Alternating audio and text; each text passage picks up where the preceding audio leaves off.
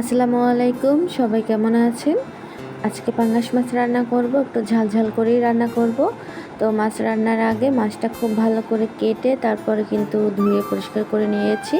তো এ পর্যায়ে লবণ হলুদ মেখে মাছটা খুব ভালো করে লাল লাল করে ভেজে নেব।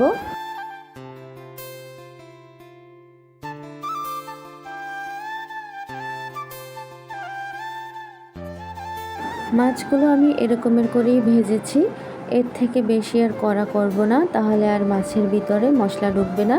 তো এ পর্যায়ে মাছগুলো তুলে রাখবো।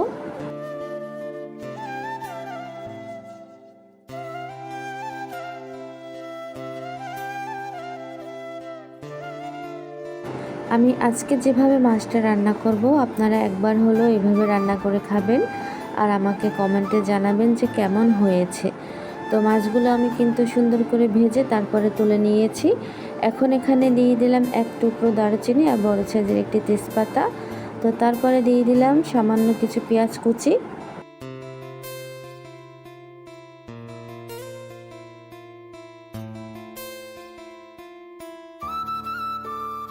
পেঁয়াজটা আমি একটু ভেজে নিয়েছি, তারপরে এখানে দিয়ে দিলাম পরিমাণ মতন আদা রসুন বাটা।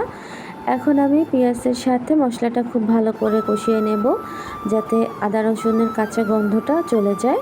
তো এখন আমি এখানে দিয়ে দেব পরিমাণ মতন গুঁড়া মশলার ভিতরে দিয়েছি হলুদ মরিচের গুঁড়ো আর জিরার গুঁড়ো। আপনারা চাইলে ধনে গুঁড়োও দিতে পারেন, তো আমি আজকে আর ধনে গুঁড়ো দিলাম না, আমি জিরার গুঁড়ো দিয়েই মাছটা রান্না করব।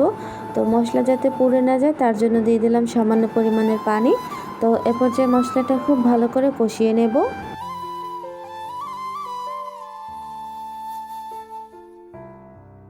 মশলাটা খুব ভালো করে কষিয়ে তারপরে এখানে আমি ভেজে রাখা মাছগুলো দিয়ে দিলাম। মাছগুলো দিয়ে একটু নাড়াচাড়া করে এপিট ওপিট করে খুব ভালো করে মশলার সাথে মিশিয়ে নেব।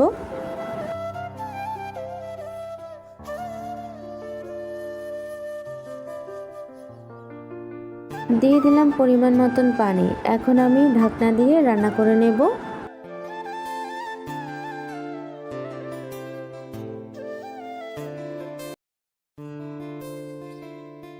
এই তো আমার রান্না কিন্তু হয়ে গেছে, একটু নাড়াচাড়া করে নিচ্ছি। তো আজকের রান্নাটা কেমন হয়েছে অবশ্যই কমেন্টে বলবেন।